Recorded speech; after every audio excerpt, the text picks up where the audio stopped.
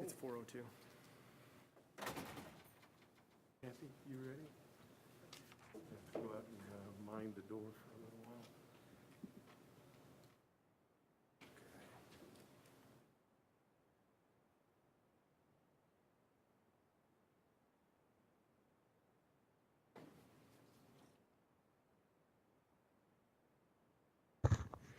Good evening, and thank you very much for being here this evening for our Boundary Advisory Committee. Our agenda tonight will be fairly concise in that most will be spent looking at scenarios.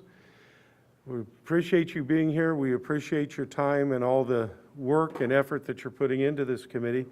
We're going to begin this meeting today with a brief statement from Kathy talking about budget information where it's available, how you can access that, and any thoughts she has beyond that concerning the budget data. And we will then move directly to Zach Conrad and scenario presentations of items that you requested last week. Thank you.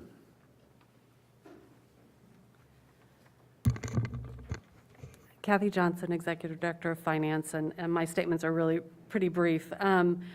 The Budget and Program Evaluation Committee met on the 19th. You can go out to the Budget and Program Evaluation website for that December 19th meeting and a packet of information that was navigated through with the committee.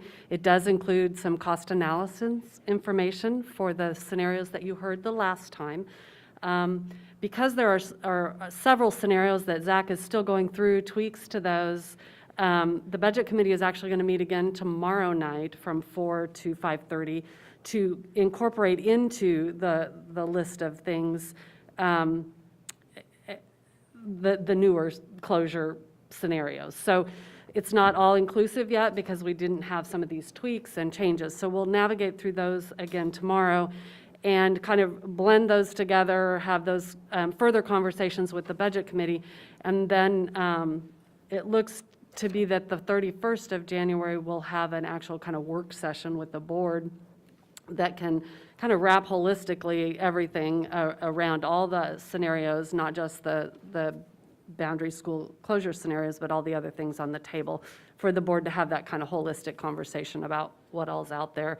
And then the tentative timeline is the next February 9th Budget and Program Evaluation Committee meeting would be the meeting that we would then run the equity lens through a lot of these scenarios, both closures and other things that were on the Budget and Program list of things for the board to consider. So kind of the timeline of what's to come and where we're navigating that going forward in the next few meetings. So that's really where we are. There's still a lot of scenarios to vet out before we kind of bring it all. But if you want to look at what those initial scenarios look like and some of the conversation through the Budget Committee, the packet on that webpage from the 19th meeting is pretty inclusive of that information, and you should be able to see that and inquire on anything that maybe doesn't make sense. So hopefully that helps a little bit and gives you a moment in time of where we are at the moment. So I will turn it over to Zach, who's really got the bulk of the information for today. Thank you, Kathy. Thank you, Kathy. Dr. Zachary Conrad, Executive Director of Data and Technology. As Kathy said, I have the bulk of the presentation. The remainder of this time will be going over some of the scenarios that you guys have before you, and I will share on the screen as well for those viewing on YouTube. I'm going to go ahead and start with my presentation.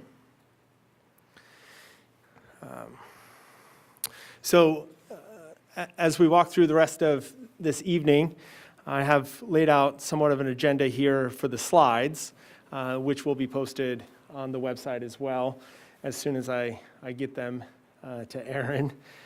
And so we'd like to do a little review of enrollment and projections and kind of how we got there.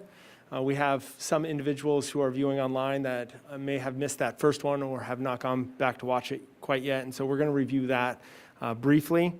We have additional scenarios that we're going to look at. One is Broken Arrow and Pinkney. We have also updated the Billy Mills, the Liberty Memorial Central in Billy Mills. We have further explored the ESOL in Hillcrest, that Hillcrest scenario that the ESOL subcommittee asked us to explore, focused on transportation. And then we've also broken out Singleton buildings. So prior to this, we did 2 buildings together in combination. We'll now explore the singles, New York, Broken Arrow, Woodlawn, and Pinkney. We've also been requested to explore the different demographics of various scenarios, such as free and reduced lunch and race, ethnicity. And so we'll be able to review that. We had a request to explore grade centers. I want to know if this group wants to pursue that. And so at the end, we'll look at some of the initial stuff that I've started to do on grade centers. And I wanted to get your guys' feedback on whether or not to continue to pursue grade centers once you see that information, okay? And so first, we want to explore the historical data. We did some estimations for kindergarten and then projected ranges. So with that, some of you may remember that we looked at enrollment history from 2000, 2001, all the way to this year. And this is actual enrollment. This is what has been submitted to the state on our SO 66. And so these numbers are how we have been funded in the past. You can see that we started in 2000, 2001, 10,264 students. You can follow this all the way down. We had a dip in 2003, all the way really through 2013, 2011, 2012, and then we were able to climb back into the 10,000s. And then you'll see in 2021, 2020, 21, 22, we dip back down into the 9,000s. Okay? So I took this information and I wanted to look at cohorts where we're growing, when we typically gain students. And so I built out these cohorts. There's 10 cohorts that started in first grade and went all the way to 12th grade. On average, in those cohorts, we gained 57 students. We broke it down by grade to see where we were gaining those students. Most of our gains happen from 6th grade to 7th grade and from 8th grade to 9th grade. So then we looked at cohorts all the way down in between grades. So year to year, we looked at those cohorts. I then built an average of all of those cohorts of the 20 years to see where we were gaining or losing students. And again, 6th to 7th grade, 8th to 9th grade, that's where we typically gain our students. Knowing that there's been some changes over that time period, I also looked at 5-year average and the 10-year average. Now we know the 5-year average also included some COVID years. And so I went back and looked at the 10-year average. Once we get students in kindergarten, we remain relatively stable. Typically, we decrease, we do not increase. So that incoming kindergarten class, all of our data suggest we hang on to those kids. We remain relatively flat. So we can with some degree of confidence expect that kindergarten class is going to carry on. This has been the pattern over 20 years, no matter if we do all 20 years, 10 years, or 5 years. Okay? Once we get them in, that's what we roll with through elementary school. So our kindergarten class is very important, and that's what we base our predictions on, the incoming class, so that we can make those projections. So our incoming kindergarten class, we looked at births, live births in the county. And I am attempting to hear back from KDHE on live births, just making sure that live births do follow address and not where the birth happens. Its address on the birth certificate gets credited back to that county. What I've seen, that's what happens. I just want to verify to make sure, and I haven't heard back yet. So on this, there is a correlation. It is a moderate to strong correlation between live births and enrollment 5 years later. And so we use this number to then predict where we'll be. We do have numbers right now on live births up to 2019. We haven't got last year's numbers yet. And so what you see down here of 20 through 24 are projections based on that correlation. So we know that 2019 translates to the 24-25 school year, at which point, if we use an average of 64% conversion rate, which is a little bit high, but I think safe, we'll have 704 students in that kindergarten class. Things can impact that, but nothing I have seen would tell me that it's going to impact it differently. So we're basing our numbers on that, what we've seen in the past. And so you could see that 22-23, here's what I have projected for that. As births decrease, so will our kindergarten enrollment. It's a correlated function of births, who we get in kindergarten 5 years later. Okay? So taking that, we look at projections.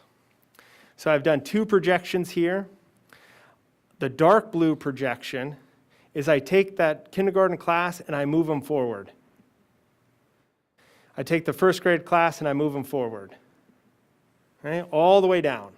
Now we know based on our numbers that doesn't happen, right? We typically lose or gain in 6th, 7th grade, 9th grade, but I just moved everybody forward. And that gives us a high number of 9,483. Again, it's decreasing.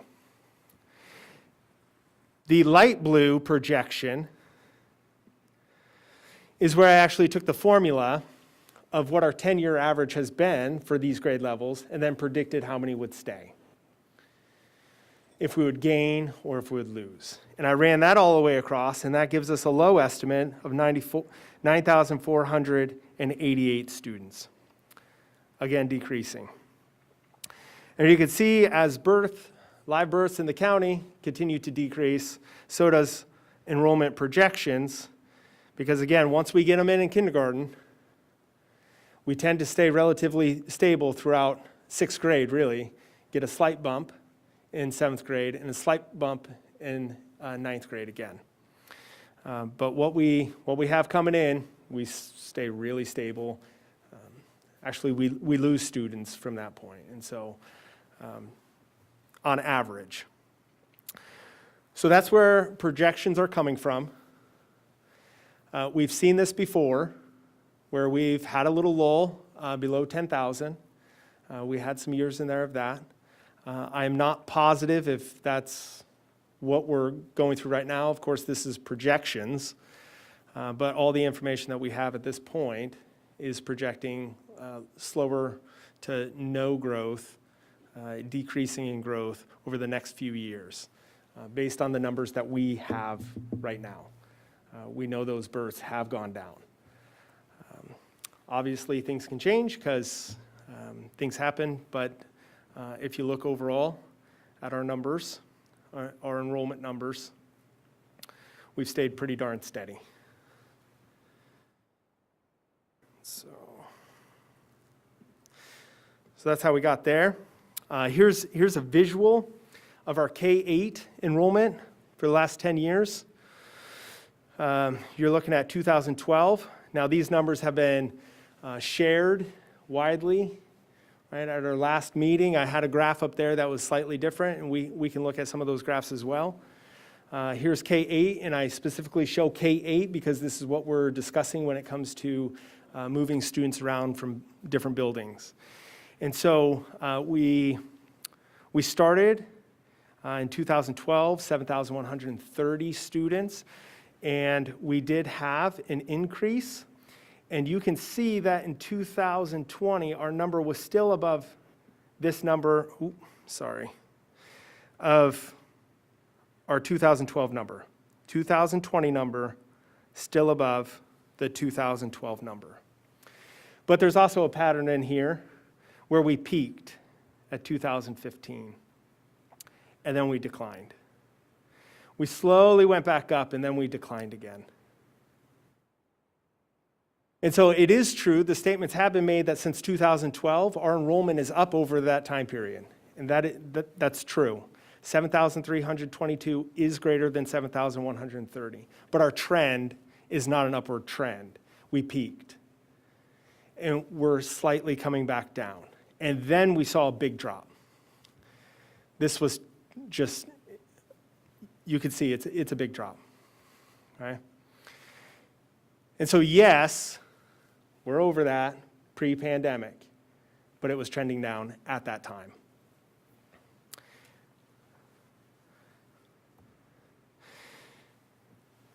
So I wanted to just go over again, we're here because the budget committee asked us, the subcommittees asked us to review some scenarios with boundaries. 3 committees suggested boundary changes: elementary, middle, and ESOL. We're exploring the elementary boundaries based on a few factors. 1, if it needs significant investment and has not received significant investment in the last bond issue. That was a key point for us to consider.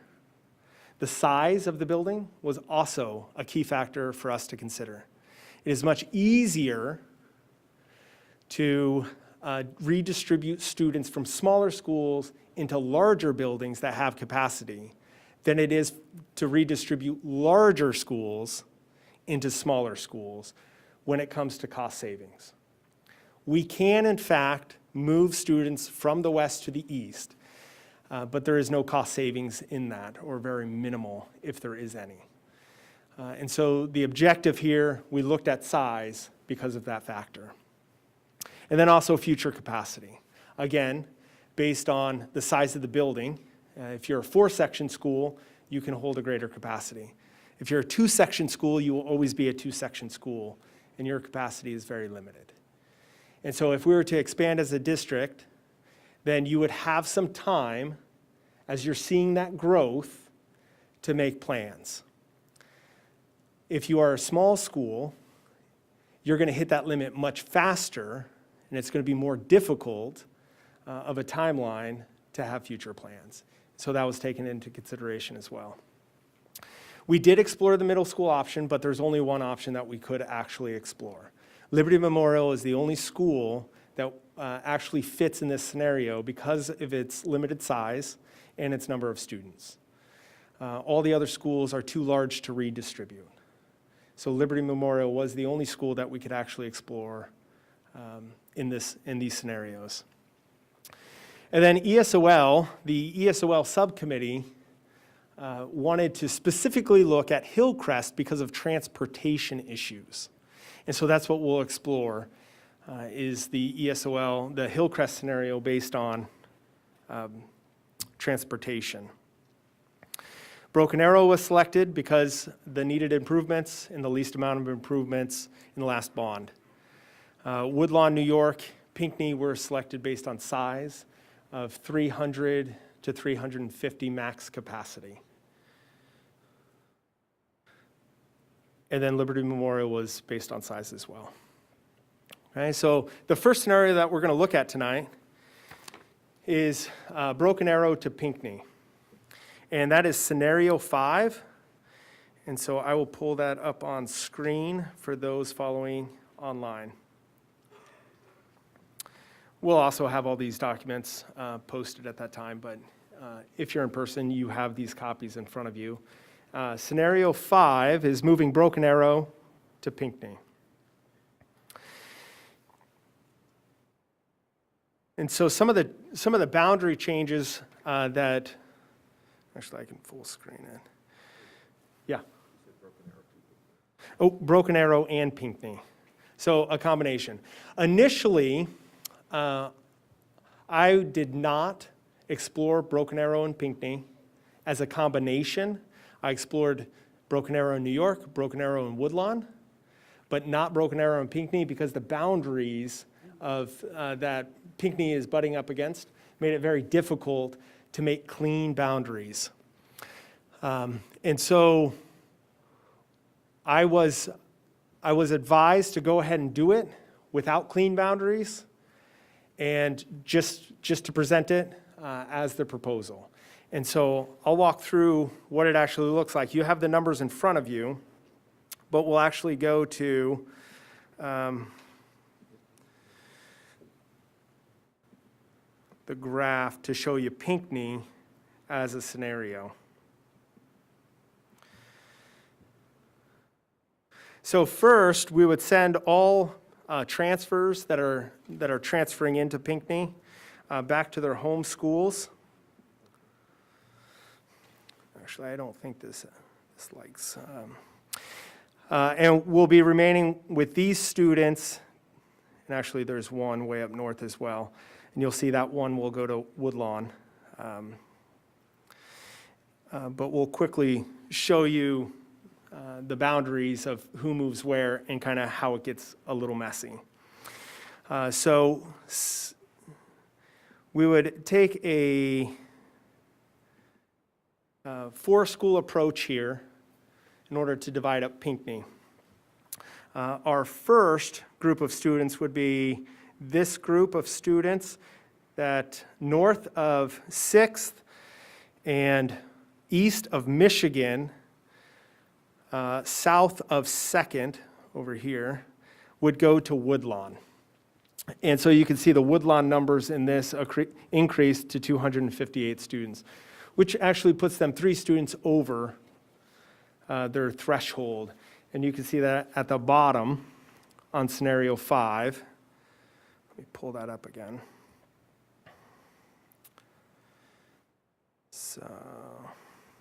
So you'll see here 258, and then if I go to this bottom of the chart, it shows that Woodlawn is 3 students over that 85% capacity.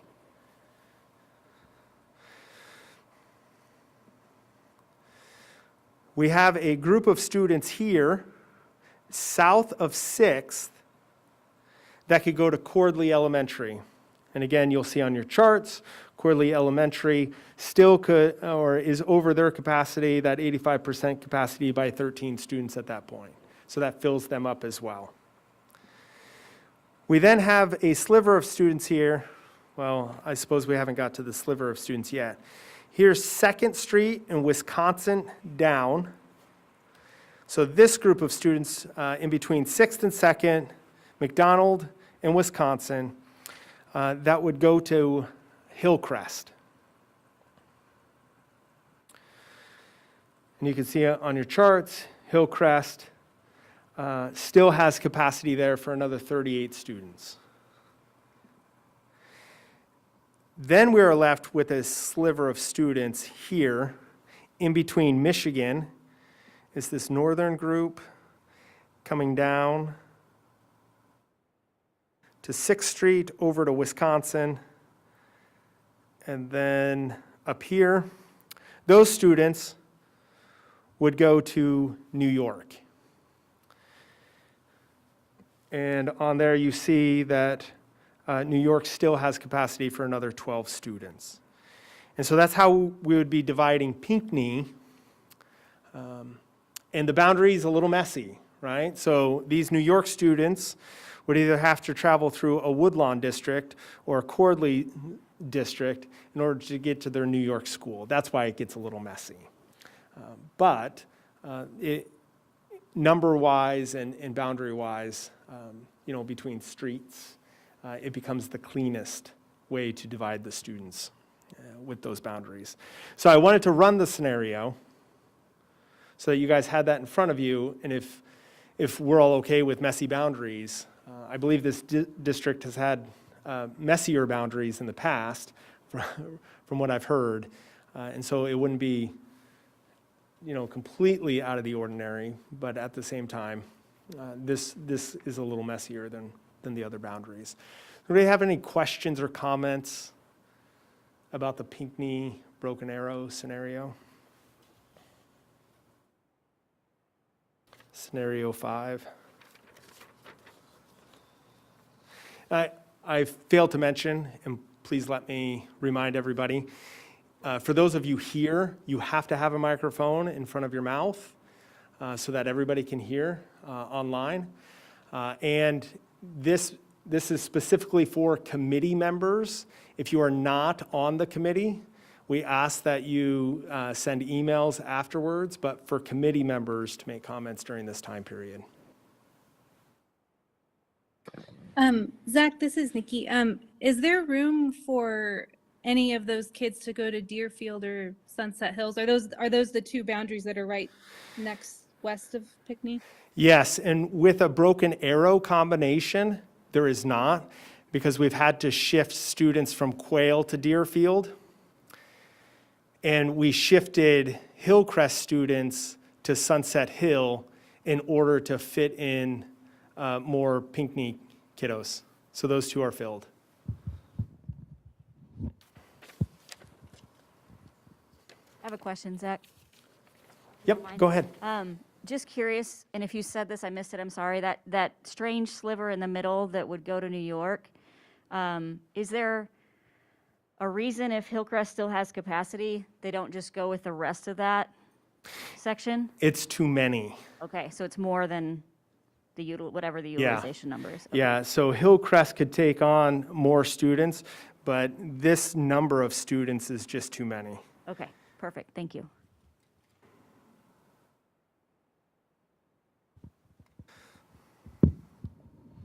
Would Yep. those kids then be bused to New York? And we can look at that. And so typically on here, 2 miles. Oh, let me go this way. Let me zoom out really quick, sorry. 2 miles is typically 2.5 miles. And let me, still not gonna, so all of those would be within a 2-mile radius. Or 2.5 miles. So there's your 2 miles right there. And that's about 2.5 miles driving.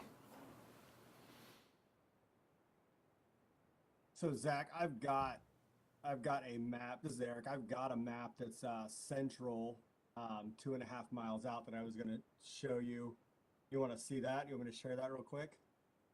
Just so everybody can kind of have a visual of where walking from central would swallow up. This would be walking from this student up north to New York. And how many miles that would be? It would. Oh, there you go. It would move it. Got there. Sorry, Eric, I lost your volume. Oh, my bad. Hold on just a second. Let me see if I could. Is that a little bit? How's that? Is that better? Nope. Very quiet. Is that better? Is that better at all? No. Very quiet. How about that? Is that better? It's better. It's better, but not as good as it should be. We'll take it. All right, so I've got a map that's center of Central, and most of those kids that you're looking at right there would be able to walk to Central as an elementary school. So if I were to move that boundary down to New York, which is roughly about 1.5 miles, well, less than 0.5 mile away from there, yeah, those kids would have to walk to New York up in that area. Let me just kind of share this with you real quick if I can. Okay, I just shifted presenter rights over to you. All right, thank you, sir. I believe I want that one. All right. So this is, so Central would be in the, kind of in the middle of this, I guess. And this is the walking distance, 2.5 miles out from Central. So if Central were to become an elementary school, we would ask all of these children to walk to Central. So that's kind of what that would look like.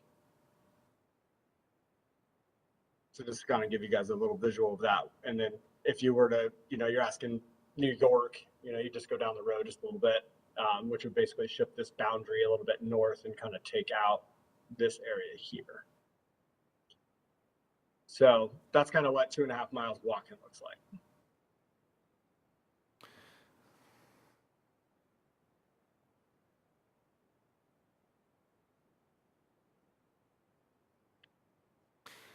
Any other questions? This is Kay online. I had a quick question. Do we know what the average time is for a student to walk 2.5 miles or just 2 miles? I mean, starting at 8. Let me make sure that I understood you correctly. It's kind of hard to hear.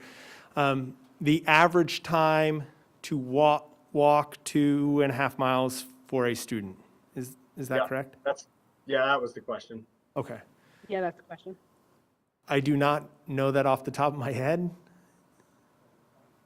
So I can say this, it's probably going to take them a little under probably 30 minutes or so. So Army standard for a 2.5 mile walk is 25 minutes.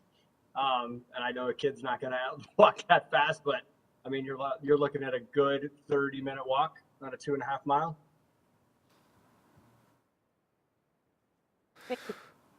Ron May is suggesting it might even be higher than that.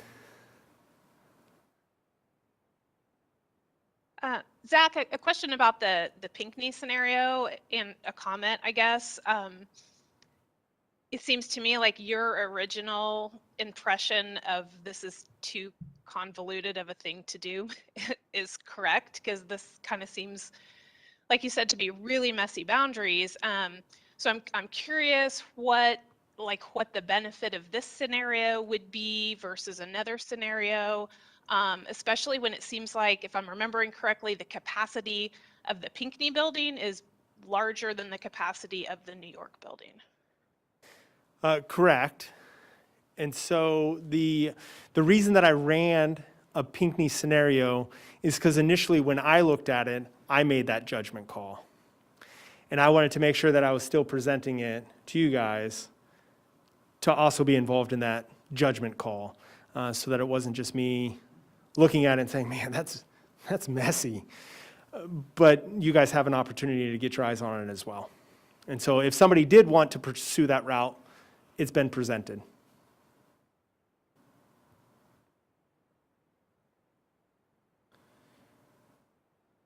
Anything else on Pinkney? Scenario 5. Okay, the next scenario, let me go back.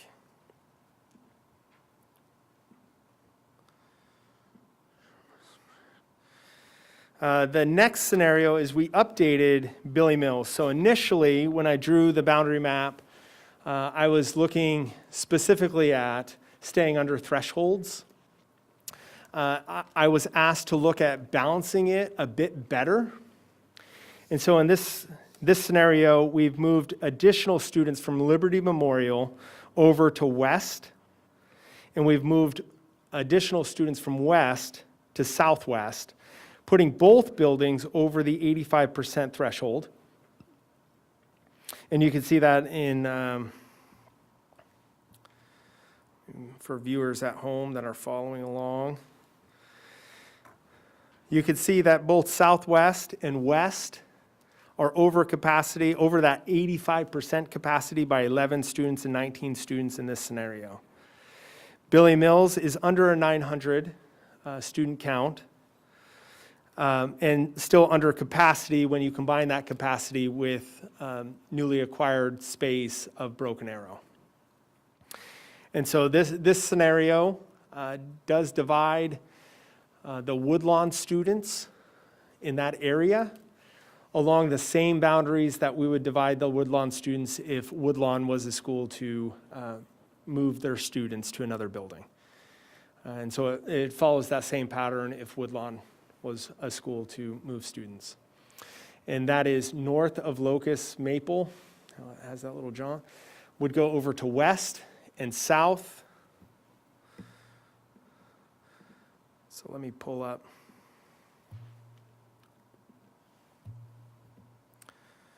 These students here, so that we can kind of show it on the map.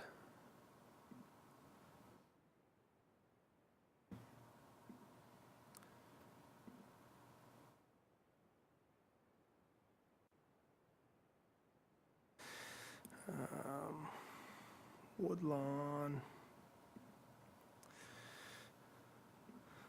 So here's the Woodlawn students, and I'll zoom in a bit. So here's Locust and Maple Street. And so students south of that, in a Woodlawn scenario, would move to New York and then proceed to Billy Mills. Here, the northern section here, a Woodlawn scenario would move those students to Pinkney, and then proceed over to west. There is scenario where they move to Liberty Memorial Central as the elementary, and at that point they would then be divided where some from that elementary would then proceed to west and some would proceed to Billy Mills. Zach, do I still have sharing rights real quick? I've got, all right, so we've got some questions from our end on this. Let me, oh, where's my share? Right, so with this guy, why don't you like me? You guys don't need to see my email. Hold on a second. Try this again. All right, this guy. All right, you guys see what I'm, no, maybe not? We're not seeing it yet. You're not seeing nothing? Back in the fun right now. La, la, la, la, la. Come on. Oh, geez. Let me close this. Let me try again. Oh, maybe not.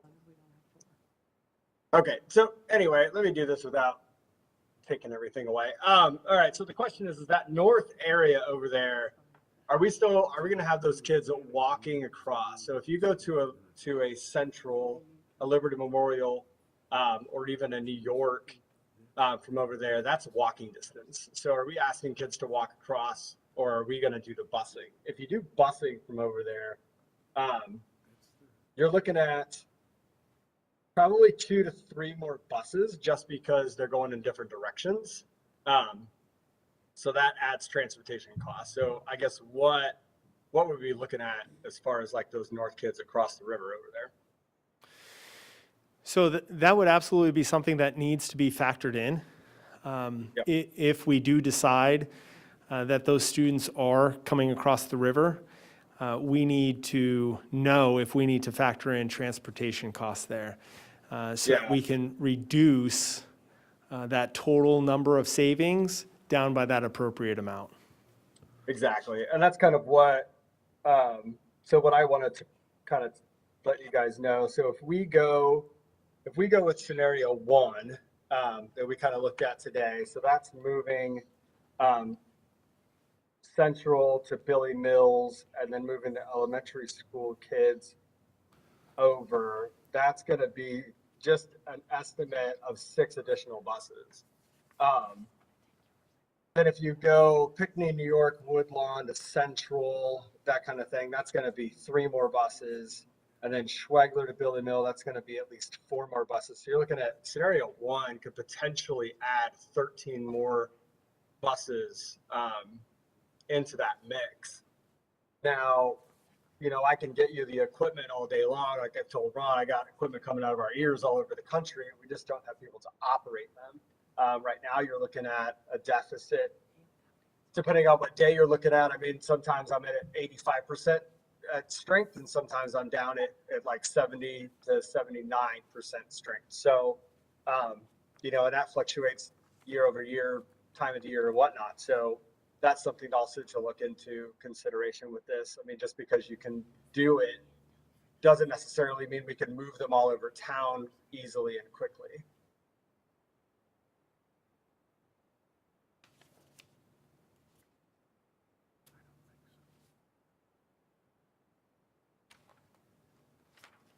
Any Hey, other Zach, questions this is or comments? This is Carol, but I have another logistical question. Has anybody approached the city about making improvements or increasing the safety of that bridge? Because I've walked across that bridge.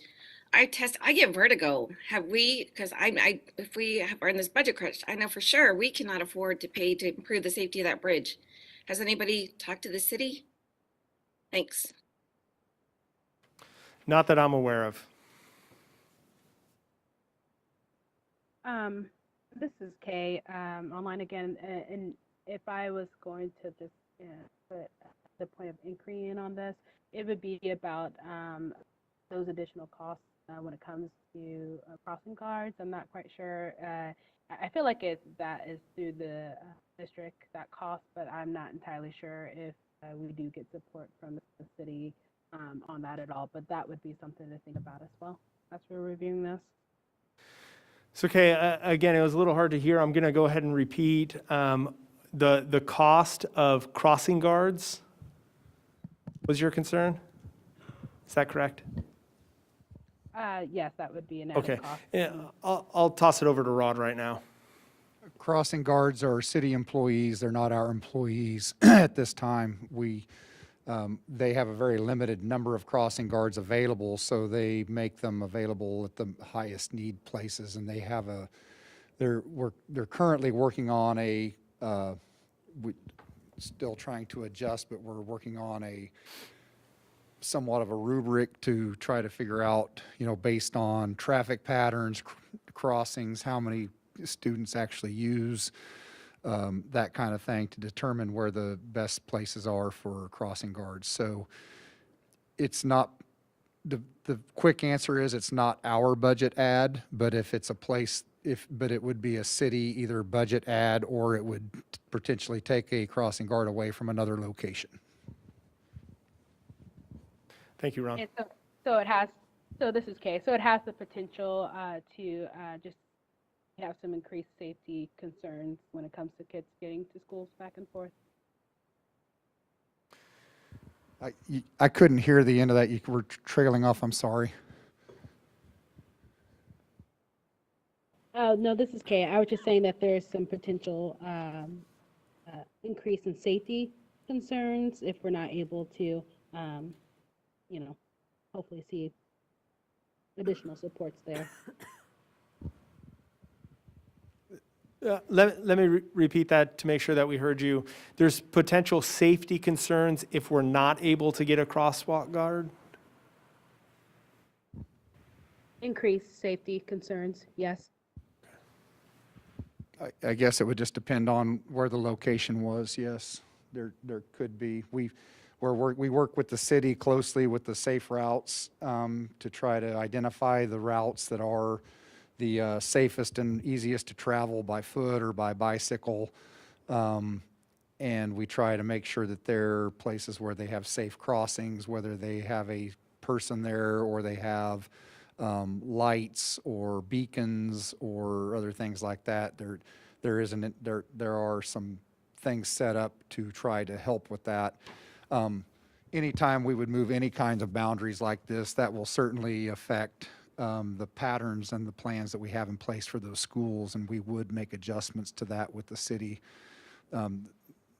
group that we work with to identify those routes. And then again, like I said, that's part of the plan through the city, that whenever they're looking at making improvements to infrastructure, one part of their scoring on their rubric has to do with, is it on the safe routes? So that does help prioritize some of those if there is a situation where some improvements need to be made.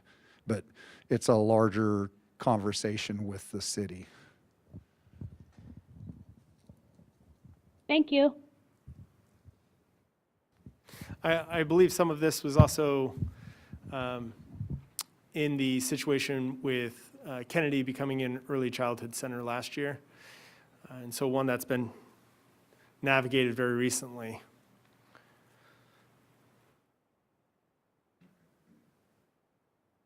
Okay, so Eric is still running the transportation scenarios. So he mentioned that he worked on Liberty Memorial becoming an elementary school today. It doesn't sound like it's finalized yet, Eric, and then there's a few more to still work through. Is that correct? Yeah, we're gonna run through the rest of them.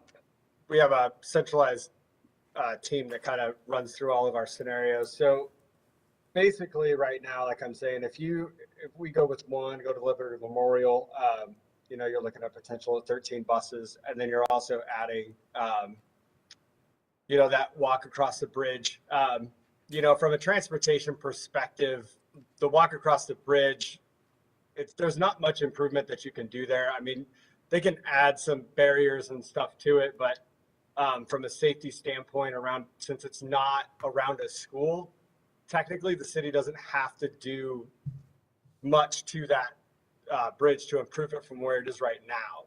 So we would be potentially asking kids to go across that bridge as it sits.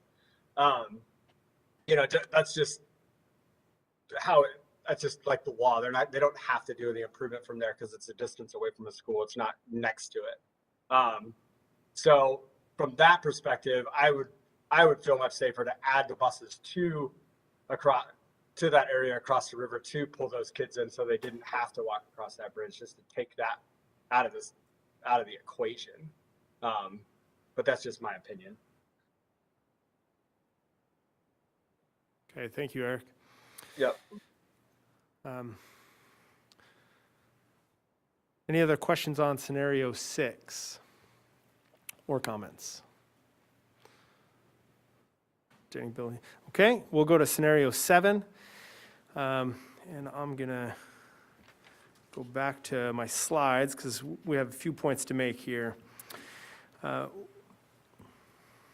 So the group that looked at this wanted to maintain cluster sites.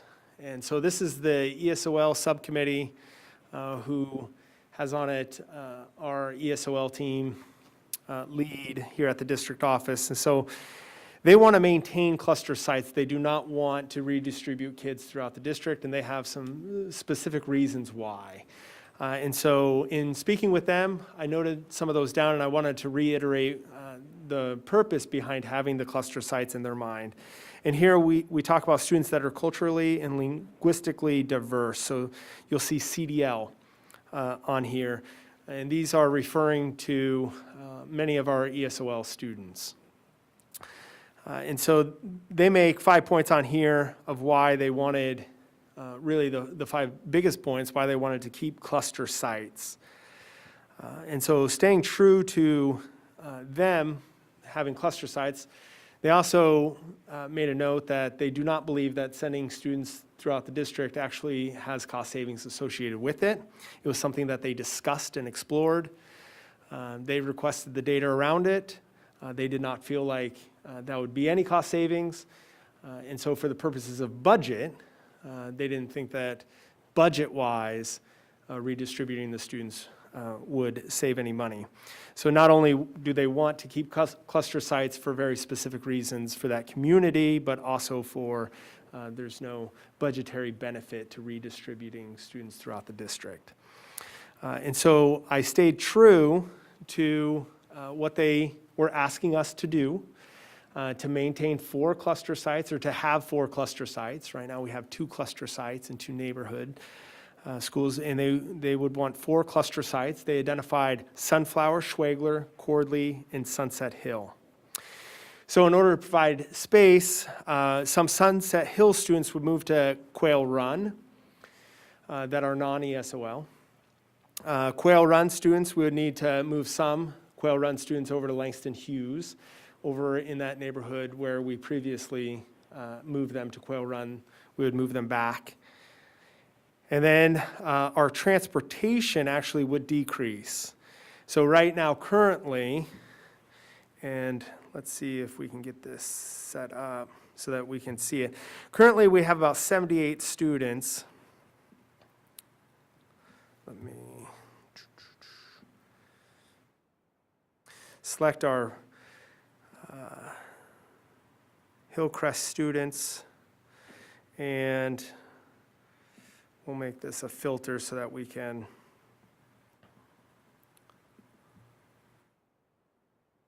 just see those kiddos. Sorry, it takes a minute. Okay, so we'll zoom out here. Here's our ESOL students right now.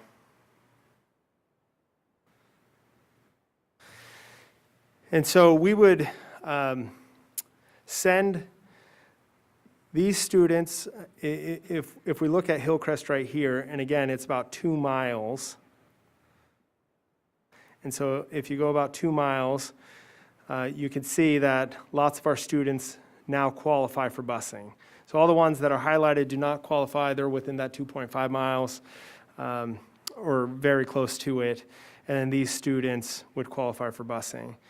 And Eric, correct me if I'm wrong, if there's a bus in the neighborhood and has space, they are able to pick up students, or Ron, you can verify that. And so Yes. Even though we have students outside that range, you could see that these students don't qualify for busing, but if a bus is coming to pick up these students, that they can hop on the bus if there's space there. Yeah, correct. So we're just estimating here, right? I mean, Yes. Yeah, usually what we'll have them do, if they're close to a bus stop, a street over or whatever, we'll just say, hey, you have to be over at this bus stop at X time. And then as the bus drives by, we just put them on a space available. Yep. And so from that, there's roughly 78 students that would qualify for busing. And in this scenario, we would have this section of students that would come down here to Sunflower. We'd have this section of students here that would go to Sunset Hill. This section would go to Schwagler, and then this section in here would go to Cordley. And so with that, we actually reduce the number of students that would need transportation or that would live outside that 2.5 miles. So there can be some transportation cost savings there associated with that. We would also then be able to make another decision with Hillcrest. We can either bring students in, such as Pinkney students, or you can redistribute Hillcrest students out. And you can do that by shifting some students out of Pinkney and then moving Hillcrest students into Pinkney. Or you can shift students around, some students to New York, some students possibly to Cordley, and then maybe move 2 buildings into Hillcrest. So there's a couple scenarios that we could do after that. But for this purpose, we can redistribute into 4 clusters and then make a decision about where we want to go from there. Hillcrest does have high capacity. I think it's 475 is their capacity. Hillcrest, 450 Hillcrest capacity, 383. So that's a larger capacity. So I would personally caution against not utilizing that space in Hillcrest for those cost savings. GR, do you have a question, comment? Is that on? It's a little delay. Just yell into it. Just yell. There we go. So I'm just curious on this handout if these graphs are actually the graphs that go with scenario 7. And the only reason I ask that is because the scenario is Schwagler, Sunset Hill, Sunflower, and Cordley, and the 2 graphs show 0 students in Broken Arrow and Woodlawn, and the bottom one shows 0 students in Broken Arrow and Pinkney. Yes, and so that is a cut and paste error. Yeah. One that will be rectified Okay. when this meeting is over. Okay.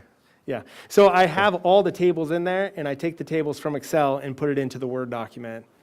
It just didn't carry over. Wrong table. Thank you, figured. GR. I had a question more just about how ESOL works in general.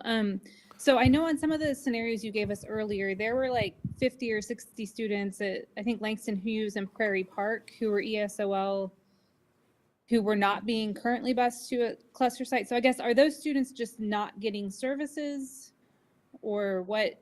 I guess what's happening, how are those students there and not at cluster sites, I guess? So I have limited knowledge about individual students and why they choose certain things. Melissa Blevins, I believe, has more knowledge about that, but Casey Van Dyke would have the most knowledge about that. And so that's kind of outside the boundaries of this. If Melissa would like to respond. I was just going to say most likely they're declining services.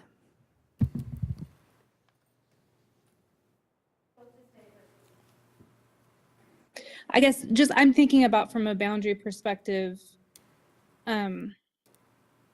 If I guess I would just be interested in hearing from those parents about why, like if they're not doing that because they don't want to be bused, or if they're rejecting services because they don't feel like their student needs it. Because I mean, like with Prairie Park being right there, like currently it looked like Prairie Park had more ESOL students than Cordley did. So anyway, I don't know. I'm just trying to think through why that might be and how that might affect where we would want to have cluster sites, I guess. So this is GR. So historically, most of the ESOL students who decline services do so because they don't want to leave their home school. That's not the only reason, but it is by far the highest majority reason. Sometimes they decline students because they decline services because they may actually qualify, but parents decide that they're going to do it on their own, or parents disagree with the qualification or whatever. But by and large, the vast majority is they're comfortable with their neighborhood school and they don't want to leave. And so that's by and large the main reason why we have ESOL students not at a cluster site today. But we still identify them as those students because we want to track them to see how they do, so that we can maintain that data. But that's why, because they've declined because they don't want to leave. Thank you, GR. Zach, can I make one comment about the Hillcrest scenario? Just for us to be thinking as we're making these hard decisions, I think as a building, I mean, I understand from the numbers perspective, it's a bigger capacity and it can serve more students. But also just thinking about these hard decisions about potentially closing buildings and which building closures would have more of a devastating impact on a neighborhood and a community. I just think Hillcrest, with its sort of, historically being built to serve, professors' kids and married student housing, which doesn't even exist anymore, being so close in proximity to, Sunset Hill and other schools. I just think we just need to keep it in the conversation, perhaps from an equity standpoint, and not just because of building capacity. So that's just my first thought. Oh, I think you're exactly right. And for this particular conversation, I do look at the numbers, and that's kind of what I'm charged with, of making those types of presentations. But obviously, when a decision needs to be made, the numbers portion of it needs to be presented, but it's just one element of that data. And so it's just what I am presenting from the data perspective, but it's not the entire conversation.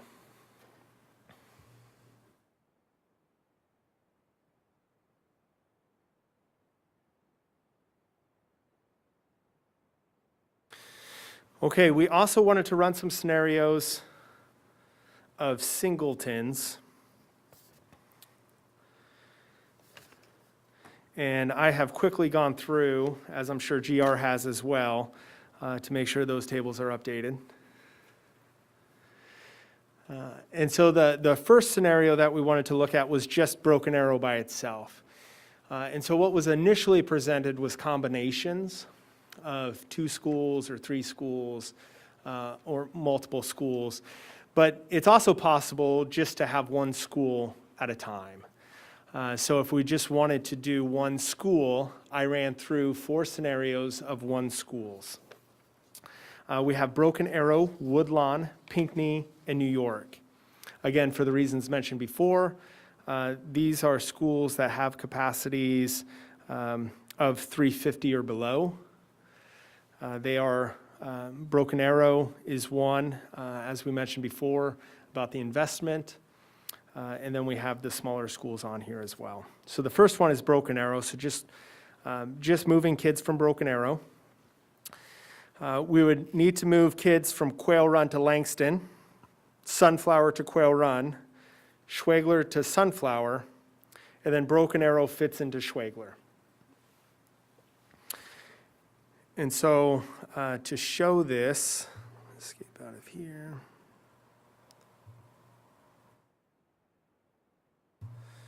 See if I can minimize this so that the filter actually works. Let's put all of our students on there, just our elementary. Oh, and I need to redo this filter really. Okay, so in this scenario, we have a group of students up here. Sorry.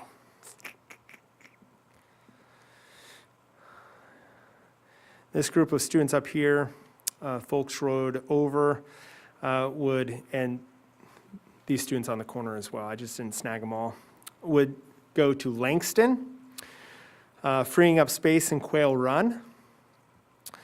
We have a group of students that would also, up here, would go to Deerfield from Quail Run, freeing up additional space, but filling up Deerfield.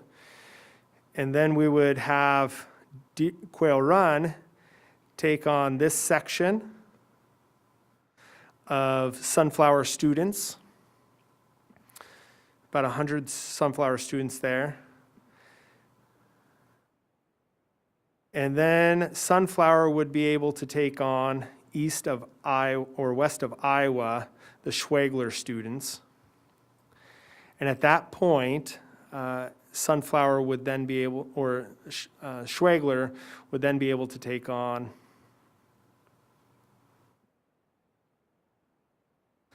all of, did I just exclude them?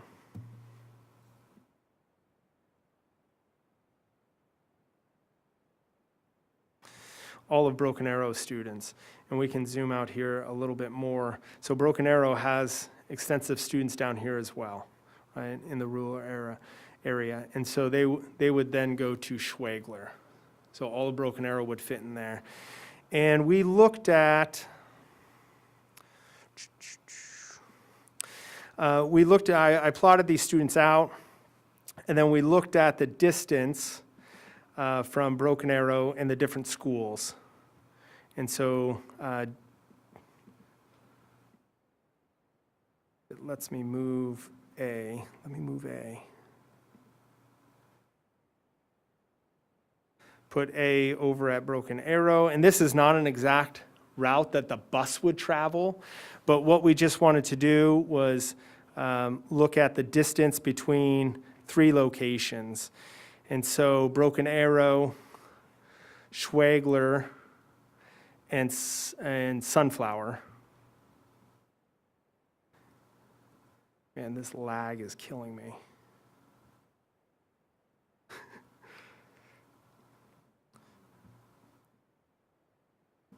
There we go. So getting it close there. So about 17 miles both ways to Schwegler or Broken Arrow. There's a couple minutes that gets added on.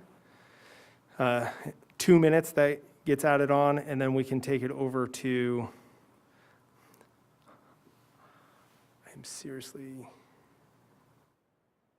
okay.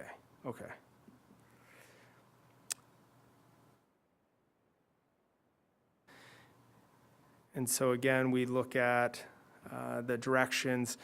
You take off 1 mile, but you have 1 more minute than Broken Arrow, 1 less minute than Schwegler. And so the miles are almost identical, and we plotted those out on everybody, and I went through and checked locations here. The mileage is almost identical. Time adds 1 to 2 minutes. It's not a bus route. This is just driving. But the distance to each building and the drive time to each building, almost identical. You're 1 minute to 2 minutes off drive time. We still have to have Eric run these scenarios to see what those routes actually look like and get the times on those. But initially, as we're mapping this out of shifting students around, we have heard some parents' concerns about distance and travel, and we did take that into account, and I did want just to demonstrate that we did look at those things. And so that's Broken Arrow by itself. What questions do you have about Broken Arrow? Scenario 8. Yep.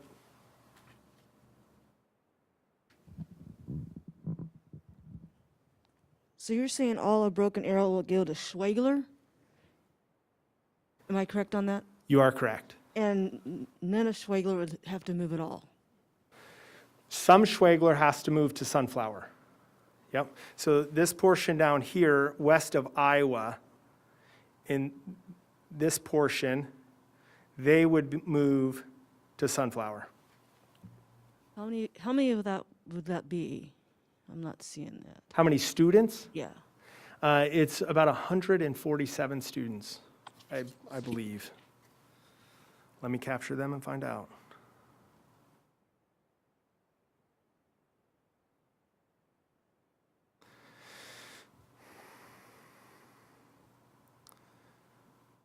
About 147 students.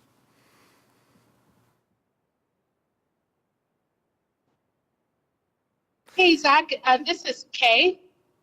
Online, one of my questions, I wasn't quite sure if this was represented here.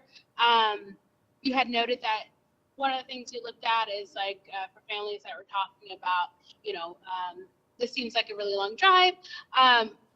Specifically families that are at Lone Star or Clinton Lake and are attending Broken Arrow, where do those students go in this scenario? They attend Schwegler.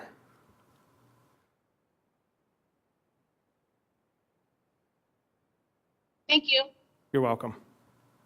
Hey, Zach. This is Carol. I know we talked about this back in May. I'm looking at the minutes from May 2021, but at that time we sat there and we were looking at moving the boundary from west to east, and you've already said that it would not be that much of a cost savings. But at that time in May, you shared with us that the schools that needed relief at that time were Deerfield, Quail Run, and Langston Hughes. And those 3 schools were at 95% capacity. Carol, I'd have to go back and look at that. None of our elementaries have been over 85% capacity. Right, but that's in the minutes from May 2021. It says May 20th, 2021. Yeah, I'd have to go back and look at that. I don't know that any of our elementaries have ever really approached 85% capacity. They've been at 80% capacity. A few of those have, but definitely not 95% capacity. And so if I did say that, I must have misspoke.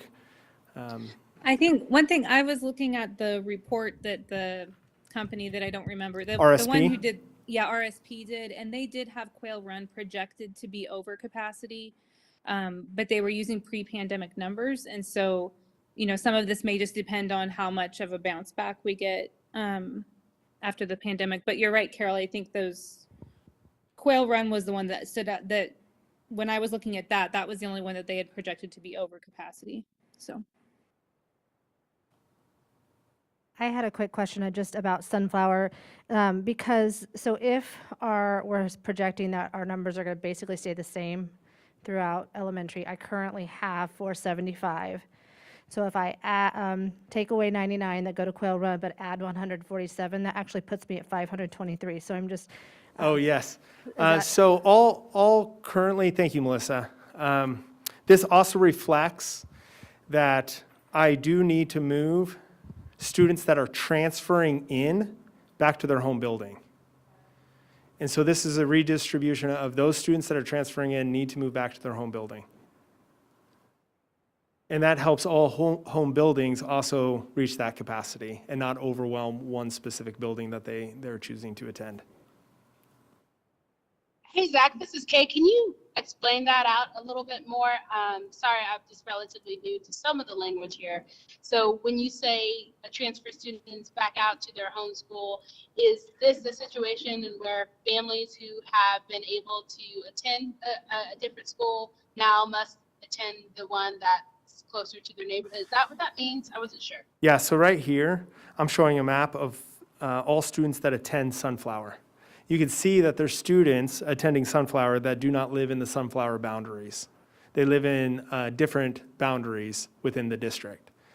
These would be the students that would need to transfer back to their home building. And these numbers reflect those students transferring back to their home building. So these students up here would need to transfer to Langston Hughes, and that's reflected within these numbers. And would that be regardless of grade? And would that be regardless of grade? Regardless of grade, Sometimes in those situations, depending on if your grade has a certain amount, like for example, Woodlawn.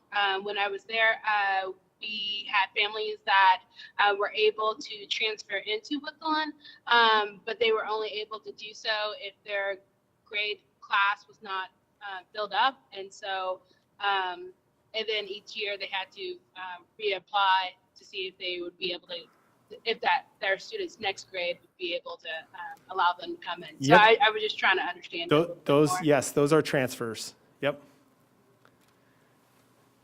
Hey, Larry? Hey, Zach, I got to run, but quickly, I just wanted to kind of throw this out there. So the transferring of 150 kids into the Sunflower is going to add a heck of a lot more traffic on Inverness Drive, which we already have an issue with getting in and out of there. So my question is maybe, since Ron's sitting in there too, tiered start times or anything like that, like to kind of relieve that traffic, because it will get more bonkers than it already is, I guess. It's kind of what I want to throw out there.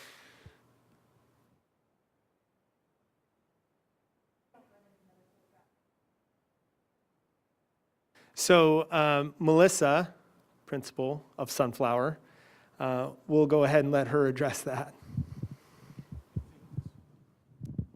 We actually do not run into middle school traffic, so that's an okay scenario, but our traffic in general, it is, the car line is very, very long and does block residents from getting through, especially around the roundabouts.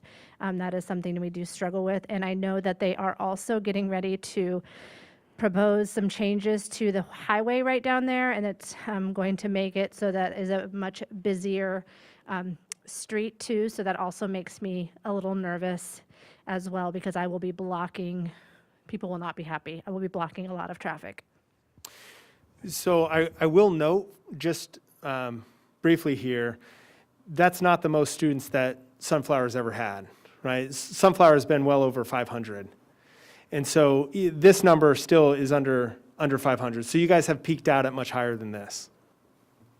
I just wanted, just to go back to Kay's question about those Hillcrest students. So one of the things to keep in mind, Kay, is I think your question was based on students that actually had applied for and got permission for a transfer, and ESOL students aren't treated as transfer students. So the process is different. And so if we move the cluster site, they would move back to their home building because it's not treated as a transfer. It's a different process. So the students are treated differently. So they wouldn't, they didn't transfer, they didn't request to transfer into Hillcrest. They were moved to Hillcrest because that's where the ESOL site was. And so if we move that site, then they would move with it. So it's a different scenario and a different process. I appreciate that, GR, and again, from my understanding, it's that would only be in the Hillcrest scenarios. If we're looking at it in other schools, it may not follow that same logic, if I'm understanding correctly. Right. Any other questions or comments about Broken Arrow? And you can continue to see the additional charts in there of where capacity is. And so on this scenario of just Broken Arrow, we still have capacity to get us at each building to the 85%. And so we still have, for example, Pinkney could still take on about 100 students, even though we have moved students out of Broken Arrow. There's still capacity at other buildings, about 296 seats to get us to that.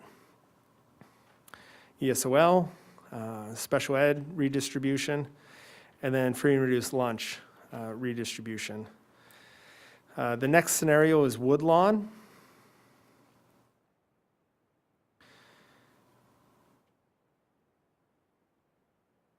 Let me go back to the PowerPoint. And Singletons. Okay, so Woodlawn, we would first move some students from New York to Cordley, and then we would divide Woodlawn. So the north, like I showed before, north of Locust and Maple would go over to Pinkney. South of Locust and Maple would go to New York. And in this scenario, you can see that we still have 304 seats available before we hit 85% at all buildings.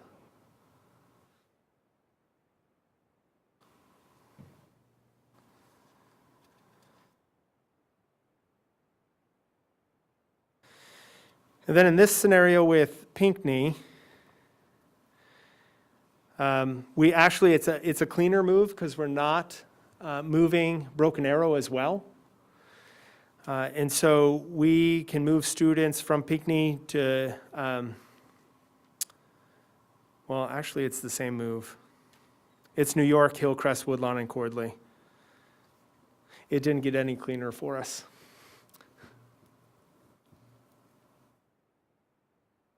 I've run way too many scenarios. They're all blending together. This does not get any cleaner for us. So it's the same that we saw earlier to move those students.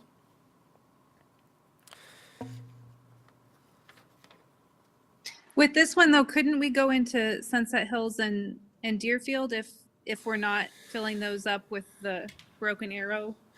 Yeah, we still had to move students from Hillcrest to Sunset Hill in order to increase capacity there. I mean, wouldn't it And make then more sense just to move the Deerfield. kids straight from Pinkney to Sunset Hills? This is right next to it. I still have Deerfield as over capacity.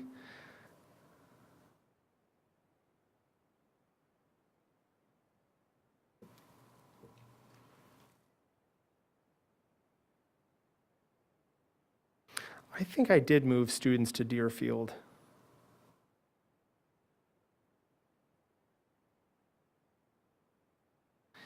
And I think I did not move students to Cordley.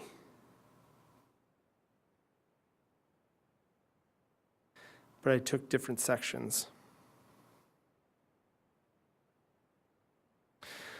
So I believe my chart is correct. I do not believe that my description of what took place is correct. And again, to get to these scenarios, I have to play around with 5, 6, 7, 8 different options. And so I apologize. My note sheet, I just described this wrong. But what I have done in the charts is correct. So I did move some students over to Deerfield, and this was actually cleaner. I stand by my original statement. This was cleaner. I knew it was. Just wrote it down wrong. Because we see that Deerfield is over that 85% capacity. Cordley remains under it. New York, even with the move of students in, remains under it. We still have 258 seats before we hit 85% capacity. And then this final one is scenario 11, New York.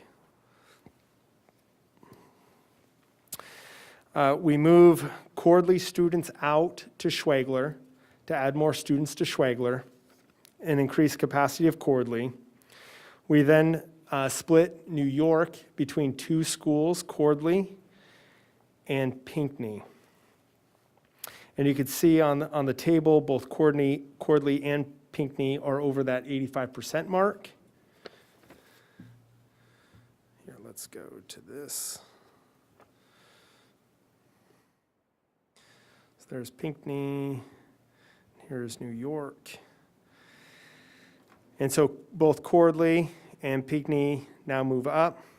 Schwagler still has a lot of capacity there, and you still have about 301 seats.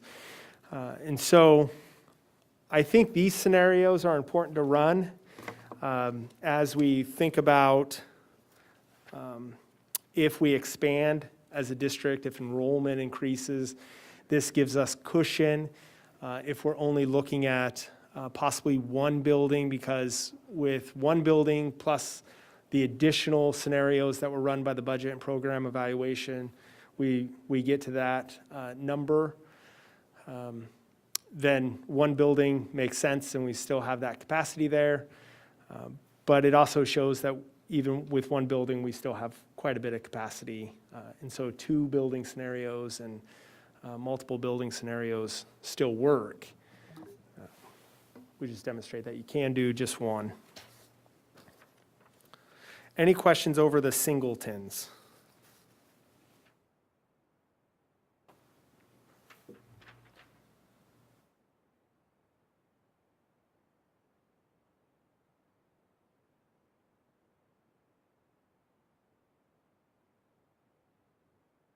Okay, so I actually wrote it down in my notes. Thank goodness.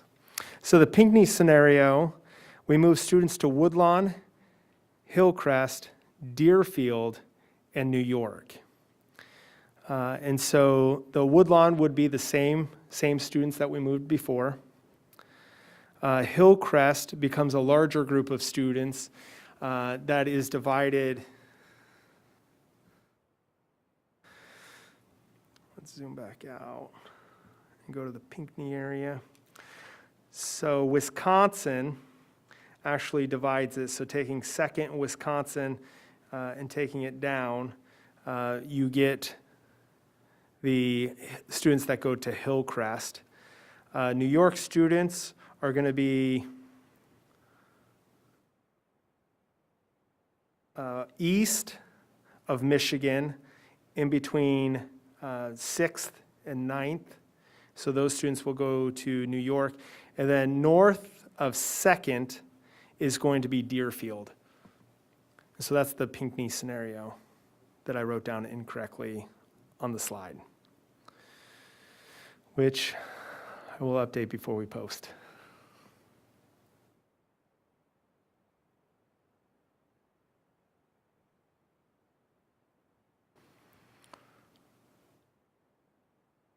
Which does make it a lot cleaner.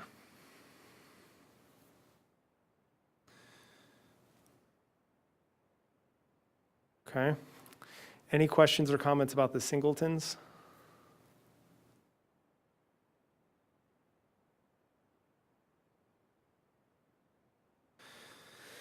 We also have had requests to explore the demographics of each of those scenarios. I ran out of time to make them good charts, but I do have, let's see, yeah. I do have the scenarios in chart form that we've been looking at. And so in this scenario, you can see up top, New York, Pinkney, Woodlawn, Broken Arrow, and Liberty Memorial. That was scenario 1. What we're looking at is race and ethnicity of each building. And we have Asian, Black African American, Hispanic, American Indian, Native Alaskan, multiracial, Pacific Islander, Native Hawaiian, and white. And so here's our elementary schools. The way to read this chart is this is the building that they will be going to in this scenario. So this is Cordley. Here are the schools that are feeding into Cordley. So like I said before, Sunflower, you're going to have to return to your home building. So these 2 students are at Sunflower, currently residing in Cordley's boundaries. Here's 25, 26, 27, 28 students at New York that would now be going to Cordley, and here's Cordley right now. So we have their percentages and the number of students. Here's the totals of what it would look like after the boundary change. And so there's not a significant difference because a small number of students are coming over.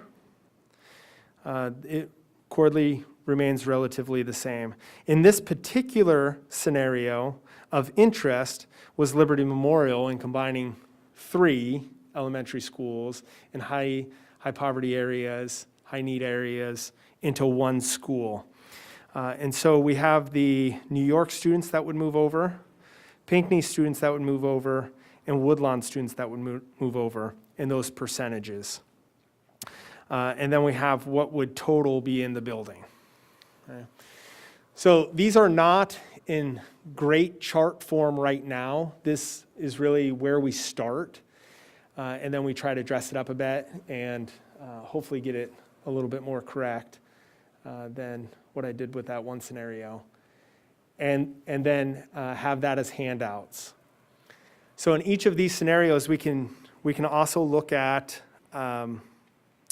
lunch status, as that was an area of interest.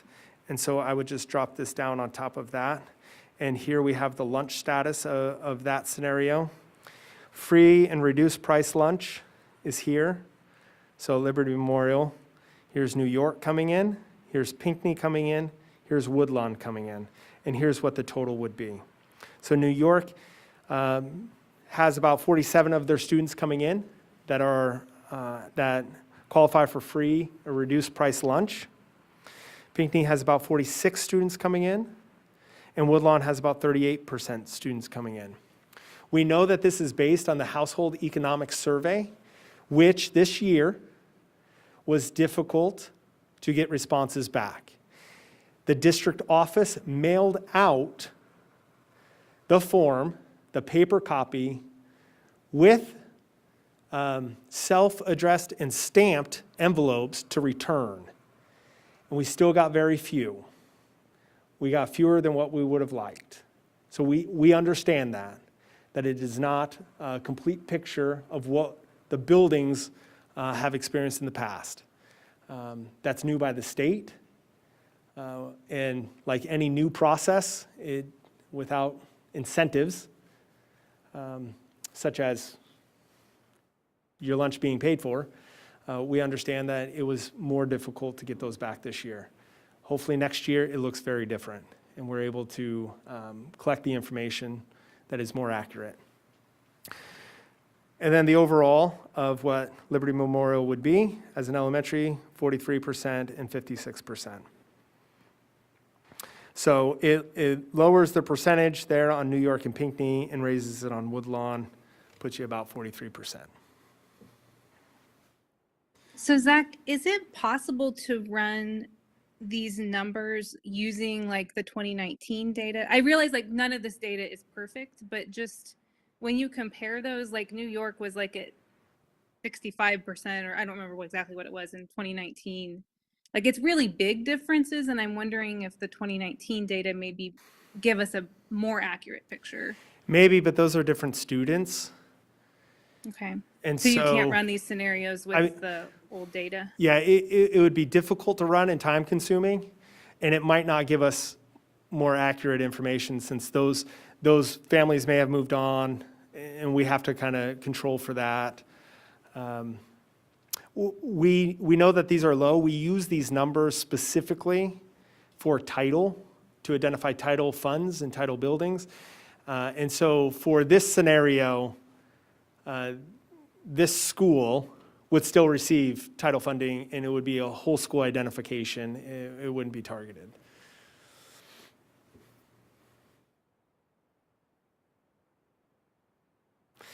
So my question to the committee is, we can do lots of these charts. I would just need to start really exporting them and then cleaning them up on all the different scenarios. Would you like to see these charts?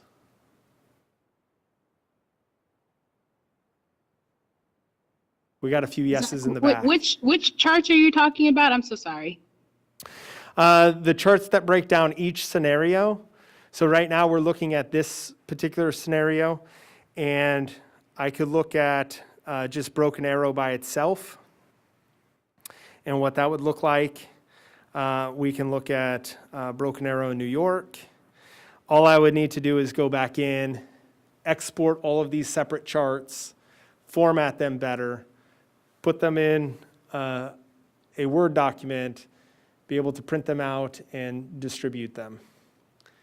So free and reduced lunch, race, ethnicity for the different, 10 scenarios.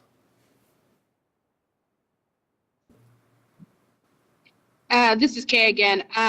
That's a lot. So, I mean, yes, I think sometimes with collecting information, it goes to the point of, do you have enough information, or do you need more? So, for me, I don't necessarily think it's needed. Are there specific scenarios? I mean, it doesn't have to be everything. Are there specific ones that you think would be most useful? Erica, microphone.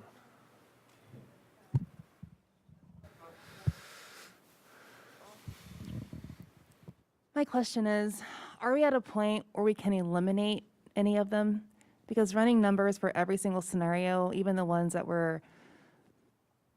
we know, since you've shared information that are really disruptive, the boundary lines are not clean, are we at a point where we can eliminate any to move forward? We're just getting more and more information with 11 or 10 different scenarios, and I'm not sure that's effective use of time. Erica, I am not opposed at all to limit this, but, and I was going to ask Kathy, did Kathy have to? Okay. Kathy had to leave for a new board members meeting. Is it, oh, that's right. Is it possible for us to make that decision of narrowing it down?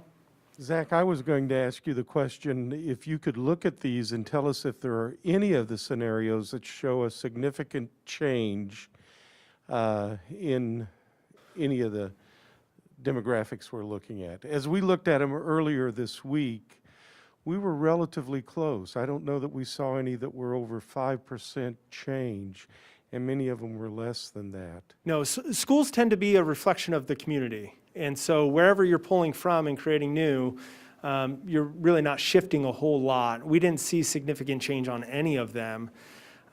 What we saw was more, but when you have more students in the building, you also have more opportunity to pour resources in there. So it's more focused in one location where you could spend more resources instead of dividing them amongst buildings. I think to your question of whether we can eliminate scenarios or not, I think that's the work of this committee. If we decide to drop scenarios. I think that's our job. And then if BPAC or the board wants to pick them back up because they disagree with our recommendation to drop them, I think that's their purview. But I think our purview as a committee, if we decide that we're not comfortable making a recommendation on any of the scenarios and we don't want them to move forward, I think that's part of our responsibility to make that decision. Perfect. Okay. So we need a mechanism to then make that decision. I'm sorry, Kay, go ahead. Oh, sorry, that was Nikki. Oh, sorry, Nikki. This is slightly going off to the previous conversation before GR's comment, but in terms of the demographic information, I think we also need to think about that we have not, as a committee, really talked about what does equity look like and what should it look like in terms of boundaries. And so just because there isn't a change from what is now isn't necessarily a good thing, because I mean, at our middle schools, for example, with the old data, which is 2019, but there was like a 30 percentage point difference between Billy Mills and Central and Southwest on the number of free and reduced lunch. And so I think we need to have a conversation of what should equity look like in boundaries, and that's a bigger conversation, and that's not, I know, what Zach is going to be presenting to us, but I think that's important for us to do. If we're redrawing pretty much every boundary in the district in some of these scenarios, I think we really need to have that conversation. And then I think having that conversation might help us know which aspects of this demographic information is important for us to be paying attention to. Thank you for that, Nikki.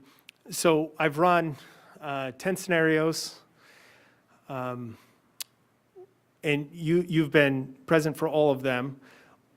As you've looked at them, are there other ways that you think we could draw these boundaries more equitably, staying within the guidelines of what was asked of us by BPAC, by those subcommittees? If you have some of those ideas, I take emails and run scenarios. But if you have one now that you'd like to suggest, that'd be great to be able to present to the whole group. I guess I was just thinking in terms of, I don't have the document we were looking at today, but I was interested to look at the free and reduced lunch breakup of the different way of distributing the middle school kids that you presented today versus what was with option one. And some of the other, I know Schwegler is a really high, is a school that has a really high percentage of low income kiddos too. So some of them that you were presenting today with mixing those up with some, I guess I haven't had a chance to look at those yet, but It seems like we may have different outcomes in terms of the mix of kiddos in some of the schools that could be relevant. But I also feel like we don't have a consensus on the committee for what we should be aiming for in terms of equity yet. So that's, I guess, just a bigger piece of it. So I don't have any particular things, but I like that there were more things in the mix this time. So. Okay. Thank you. Melissa? And then, like, what does that look like for title? Because if those students shift to me and I'm losing north of Clinton, will I become a title building? How is that going to shift? Because that would put me probably over I'm close, over the threshold of 50%. So will that be shifting? Yeah, so Kathy in the budget committee, they review all the title stuff. I provide the charts for that conversation to happen. And I can't speak to that for sure.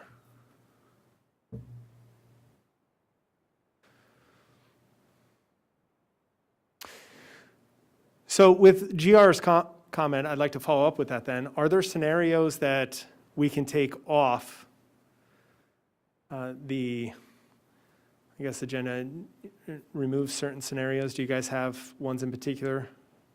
Melissa? I would take off using Liberty Memorial as an elementary and putting 3 elementaries in that building. Okay, so scenario 1 is one that you guys would nix. You don't want moving forward. Yeah, let's have a thumbs up on that if you're in agreement. Scenario 1. I was just And going to let say me count. wholeheartedly, I agree with that. This is Alnita, and I was going to say wholeheartedly, we all agree with that one. Okay, so I'm going to take a count because I'm also going to ask for those opposed and wanting to leave it on. So 1, 2, 3, 4, This 5, is Carol. Can you 6. put up that graphic just so we can see? Because I'm a visual person. That is 3 elementary schools going to Liberty Memorial. Zach, this is Carissa. Hey, I'm curious if we could have an anonymous vote. I worry that this is putting people in a kind of unfortunate situation to have to vote very publicly for things that are pretty emotional. I don't know if that's an option. I'm just concerned about voting in this election. We voted anonymously.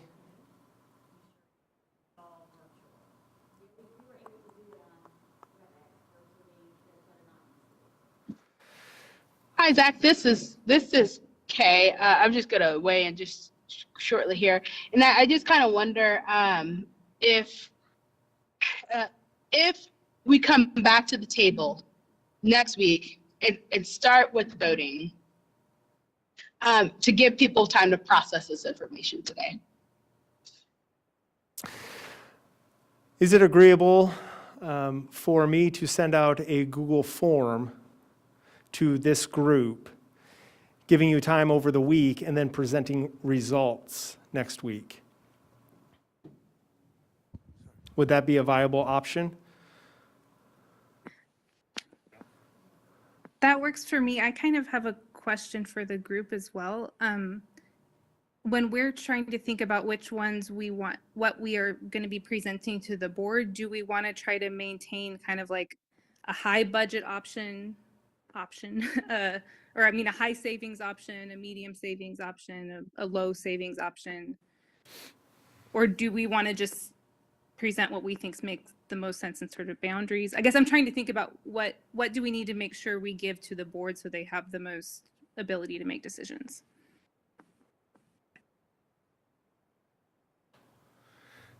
That was to the group. I think I would This is answer that. Kelly. Go ahead, GR. I think I would answer that question, trying to keep in mind what the charge was. The charge was, to find scenarios that were cost savings, but at the same time, we're a collective representation of the community, and so we have to keep in mind how those cost saving scenarios impact the community. And so I think it's, as a collective group, it's trying to find that balance. And so, like for me personally, I don't think scenario 1 strikes that balance. I think it's too far to one side versus the other, which is why I'm willing to strike it and not consider it anymore. And so I think as a committee, I think it's finding scenarios that we believe strike a necessary balance between cost savings and community impact. I was just going to say I'm all for anonymous voting, but if most of us are in agreement tonight that we can eliminate scenario 1, I think that would put some minds at ease and kind of nix that out of the way. But that's just my opinion. I would agree with that. And also just point out that it's pretty late in the meeting to maybe do any sort of additional voting. But certainly that scenario 1 is a no-go for me. Zach, would it be fair to send out the Google document to get input anonymously? But as we stand today, I think everyone understands scenario 1 does not find a lot of favor. I would anticipate that when I put out the form, that scenario 1 would be one that's off the table, but I'm hesitant to go ahead and vote now on that. Let's just do it all in the Google form so we can keep track of all that data and it's all in one place. Because I'm going to have it on the form anyways. It's going to be there. Then we have the data to then support it. So we'll go that route. Okay. I think we had one additional thing.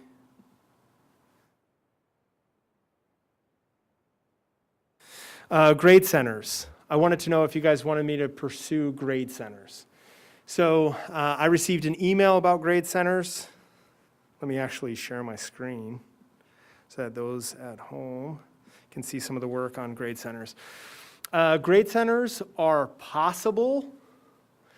The suggestion was K2, 3, 5, 6, 7, 8, 9, 10, and 11, 12. The cost savings, primarily they were suggesting one high school, eliminating sports at 2 high schools as being some of the cost savings. So that's where the ask was coming from. If we look at just the grade center scenario, when it comes to boundaries, we have about just over 2,100 students in K1-2. We have about over 2,200 students in K3, in 3, 4, 5. And so what you see here is just me starting to play with numbers. So the buildings in yellow would be K2 buildings, K1-2. The buildings in brown would be 3, 4, 5 buildings. And so on the first chart, I took all the schools that are in yellow and totaled the difference on the far right-hand column. So there's 1,300 seats available. And looking at that, I could fit, there's about 1,042 students that would need to fit into that. So that works. We can do it with the yellow buildings. We can divide the boundaries. It could work. And Woodlawn Elementary would be one that we would move students from. That initially, and if we don't want to eliminate any elementary buildings in the scenarios, we could definitely add them back in. But in this scenario, there would be 109 students coming on this side of the river. Or if we put it into play, they have 146 seats available, so we'd be trying to push 146 students to the other side of the river. And so in either scenario, we're attempting to move students across that river, and this is fewer students moving across the river. And I completely understand that that's not the only reason to make a decision. It's the numbers reason that I'm looking at. So then 3, 5, it's a little closer. There's only a difference there. There's about 1,300 students that we would need to place, and there's about just shy of 1,400 seats available. So it's closer, it's more narrow. You're probably going to have to open up another school if those numbers ever adjust. And so you're bringing all the schools back into the scenario. So there's really very limited cost savings there. Not only that, you're going to have transportation cost. I'm going to bet you it's going to be difficult to do it without that. That's an initial thought.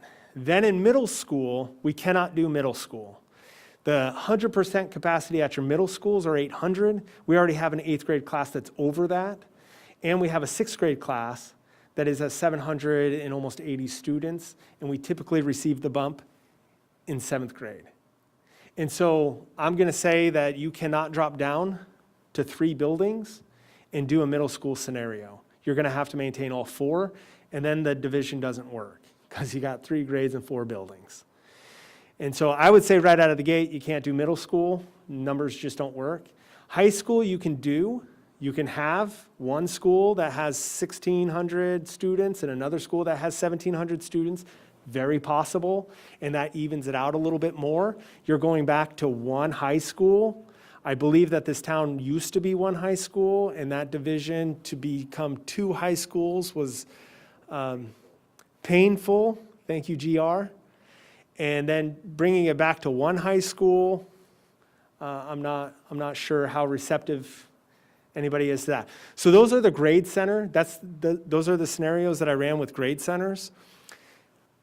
And I just started this.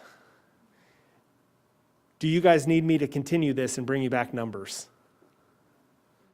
No. I got a lot of shaking heads no online.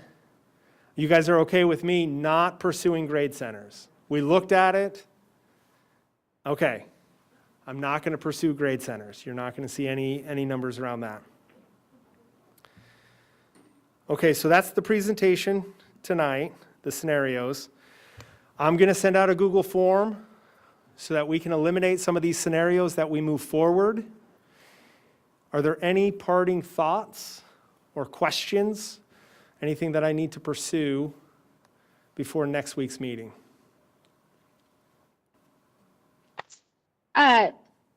Zach, this is Kay, and I'm just going to state this because if I don't, I think we're going to have some regrets.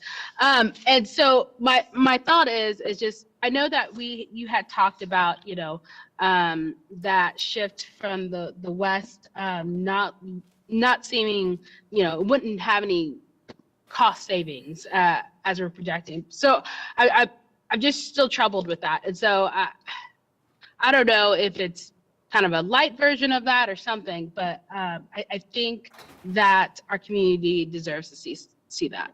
So that's what I would say. The only thing I would respond to is we have been looking at scenarios that have arisen from the BPEC subcommittees, and that's been specifically our charge right now. We could pursue moving west to east,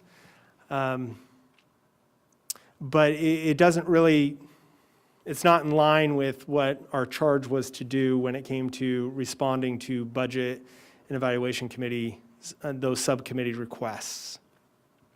So I would say that we could do it, but I might want to postpone that when maybe after we have finalized what we've been charged with doing.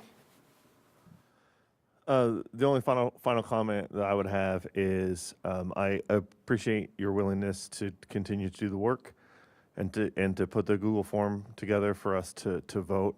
The only comment that I would make on that, I think a lot of the comments, a lot of the concern over this process and over the years is one of transparency, and I think doing it that way tends to lead to an issue of transparency. And so I would ask for people to really think about that, and that process does become a transparency issue. It's a public meeting, it's a public committee. People have to make hard choices. The board has to make hard choices, and so I'm willing to vote this way, but I'm also more than willing to put my name and a face to a vote as well. I agree with those sentiments, GR. That's okay. Well, if you guys are, I second GR's thoughts there. It's a public meeting. We are live streaming it. Your committee members, you're charged with this. You agreed to that.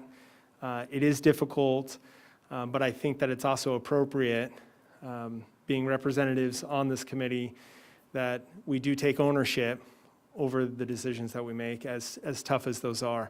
Our board members are going to have to do the same thing. And I think that's fair. So I appreciate that. And maybe we could talk about what exactly that looks like. But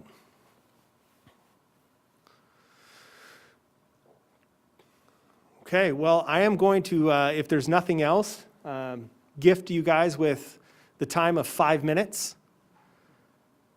You're welcome. No, I'm just kidding.